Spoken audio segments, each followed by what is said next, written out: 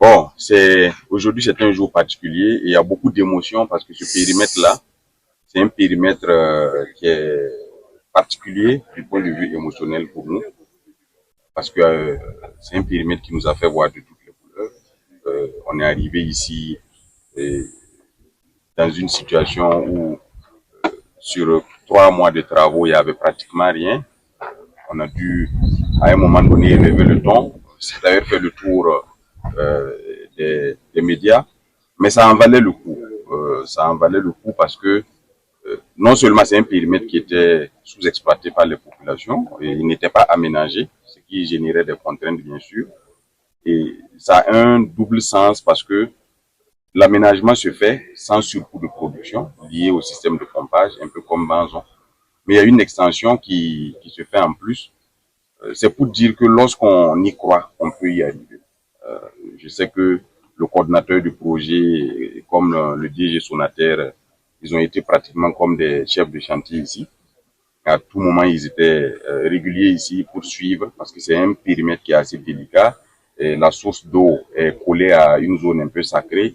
Il fallait trouver l'ingéniosité qu'il faut pour pouvoir faire l'aménagement sans mettre à mal les aspects aussi bien culturels et coutumiers, mais également permettre à ce que le périmètre puisse être fonctionnel. Il y a d'autres contraintes liées bien sûr à l'ensablement comme ils l'ont évoqué. Ça a pu être réglé. Et c'est pour dire que souvent lorsque on s'exprime, on exprime la frustration en tant que maître d'ouvrage, en tant que responsable au niveau étatique, c'est avec juste raison parce qu'il y a beaucoup d'attentes et quand on arrive à trouver qu'il n'y a pas le sérieux qu'il faut qui est mis pour que le travail puisse être conduit, ça peut nous amener à être excédés. Aujourd'hui, c'est avec vraiment beaucoup de satisfaction, beaucoup de fierté aussi, parce que nous nous rendons compte que nos efforts ont donné fruit.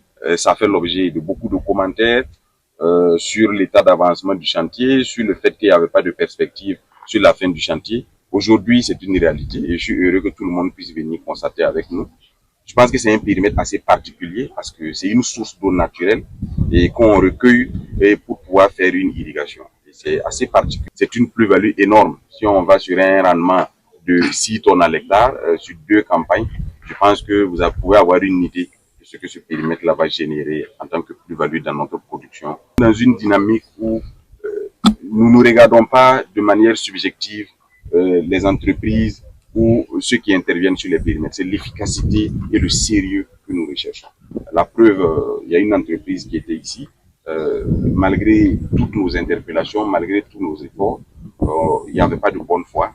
Voilà qu'aujourd'hui, une autre entreprise burkinabé, il faut le dire, c'est important de le dire, burkinabé est arrivé à nous livrer le périmètre vraiment dans des délais qui sont acceptables et qui nous permettent aujourd'hui d'être tous heureux, de pouvoir nous réjouir et que ce périmètre-là puisse être mis à nous.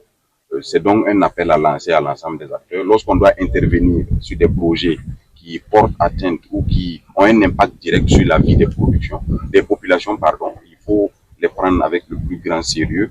Et en tant que premier responsable, avec la mission que nous avons de la part de son Excellence le capitaine Ibrahim Traoré, c'est normal que par moment on veuille aller très très vite et qu'on puisse mettre un peu plus de rigueur. Parce qu'elles étaient sceptiques au début. C'est également l'occasion de dire aux populations de faire confiance aux structures publiques, à l'État. Lorsque l'État intervient, c'est pour apporter un plus aux populations. C'est pour améliorer leurs conditions de vie, c'est pour améliorer leurs conditions d'existence.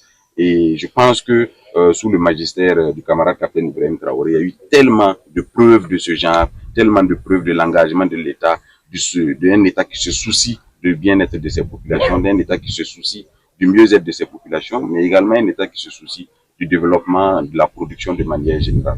Et les preuves sont à foison et je pense que chacun devrait désormais faire confiance aux acteurs, faire confiance à l'État, comme on l'a fait hier, d'interpeller les producteurs sur l'entretien du périmètre et également sur la bonne attitude à observer sur le périmètre pour éviter que nous nous retrouvons dans quelques années à avoir besoin de revenir là-dessus alors que nous sommes dans d'autres dynamiques d'extension des périmètres ailleurs et de réalisation de nouveaux périmètres ailleurs. Donc c'est beaucoup de satisfaction et je pense que le monde entier verra que notre coup de pression et notre frustration qui avait été exprimée à travers ces vidéos-là aujourd'hui porte fruit et à travers la finalisation de ce périmètre.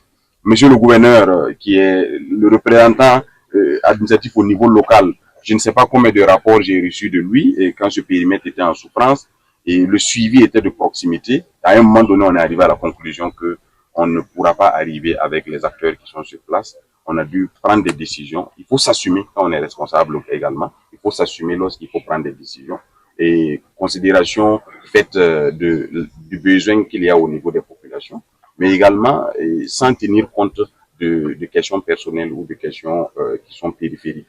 Nous, c'est l'essentiel, c'est le bien-être des populations. Le projet avait pris l'habitude d'être des niches d'argent où on vient, l'équipe de coordination a de gros salaires, on se fait des ateliers, on se promène, on fait des activités qui n'ont aucun impact sur les populations. Ça fait le deuxième périmètre que nous avons, ça fait un cumul de près de 1000 hectares si on considère la superficie d'hier et celle d'aujourd'hui additionnée. Ça a été fait dans le cadre d'un projet. C'est pour dire que c'est possible et c'est ce que nous devons faire.